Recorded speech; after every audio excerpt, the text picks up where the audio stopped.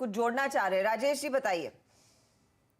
हर्षदा जी देखिए, हमने फ्राइडे के सत्र में टाटा मोटर्स का जिक्र किया। उस दिन कुछ न्यूज आया, उसके बाद थोड़ी वोलेटिलिटी भी देखी हमने, लेकिन स्टॉप लॉस नहीं हिट हुआ।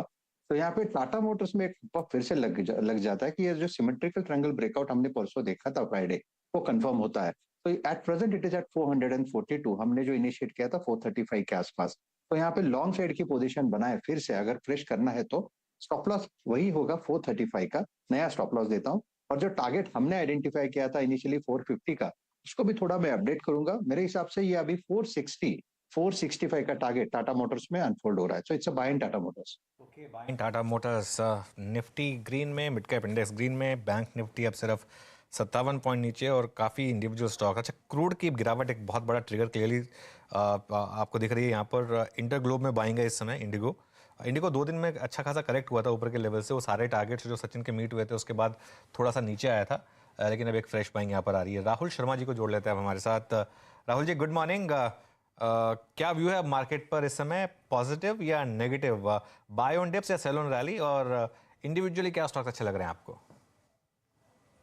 हेलो जी, देखिए दो स्ट्रैटेजी है। एक तो बाय ऑन डिप की रणनीति रखिए। मेरे हिसाब से निफ्टी में आपको करेक्शन मिलता है तो बाइंग के मौके रहेंगे। वीक ऑन वीक सेटअप अभी भी बुलिश है निफ्टी के अंदर। जहां तक सेक्टोरल थीम का सवाल है, मेरे हिसाब से 3 सेक्टर यहाँ पर क्लियरली आउट परफॉर्म करने चाहिए। सबसे पहला तो मिड एंड स्मॉल कैप से मुझे लगता है कि एक अच्छी रैली यहाँ से बननी चाहिए। और जहां से मुझे लगता है कि जो भी एक गैप है लार्ज कैप्स में और मिड कैप स्मॉल कैप्स में, ये गैप हमें फिल होता हुआ दिखेगा आने वाले सेशंस में। तो क्लियरली फोकस वहां पे रहेगा। दूसरे जो 2 सेक्टर्स है जहां पे ट्रैक्शन बहुत बढ़िया है, एक तो है आपका आईटी इंडेक्स और दूसरा है पीएससी इंडेक्स। पीएससी इंडेक्स में डेकेडल ब्रेकआउट्स होने को है। मेरे हिसाब से मोमेंटम मूव्स पीएससी इंडेक्स में बन सकते हैं। ऑयल मार्केटिंग कंपनीज में हमने देखा कि बहुत ही गहरा मोमेंटम है। मेरे हिसाब से ये मोमेंटम राइड करने जैसा है। उनमें से आईओसी का सेटअप हमें बहुत पसंद आता है। मुझे लगता है 80 रुपीज तक के टारगेट्स आपको आईओसी में देखने को मिल सकते हैं आने वाले 2 से 3 सेशन में। तो मोमेंटम ट्रेडर्स यहाँ पर ऑयल मार्केटिंग कंपनीज पे ध्यान दीजिए। और ओवरऑल जहां पे पोजिशनल सेटअप हमें अच्छा लगता है वो है टाटा मोटर्स का। टाटा मोटर्स में बहुत ही बेहतरीन ब्रेकआउट है। मेरे हिसाब से 460 तक के लेवल टाटा मोटर्स में हमें देखने को मिल सकते हैं। इसे बाय करके चलिए। छोटा स्टॉप लॉस लगाइए 419 का। और मुझे लगता है कि जो हिसाब से चाइना की नेगेटिव न्यूज होने के बाद भी आज स्टॉक ने स्ट्रेंथ दिखाई है। क्लियरली इस वीक के लिए सेटअप बहुत ही बुलिश हो जाता है।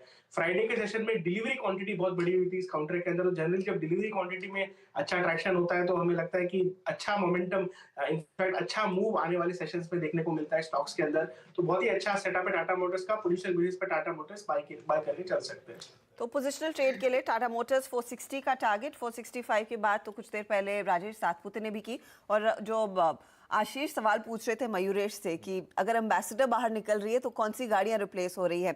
अब दिल्ली में अगर आप जाएं तो सरकार ने बड़े पैमाने पर टाटा की ईवीज वैसी भी खरीदी हुई हैं।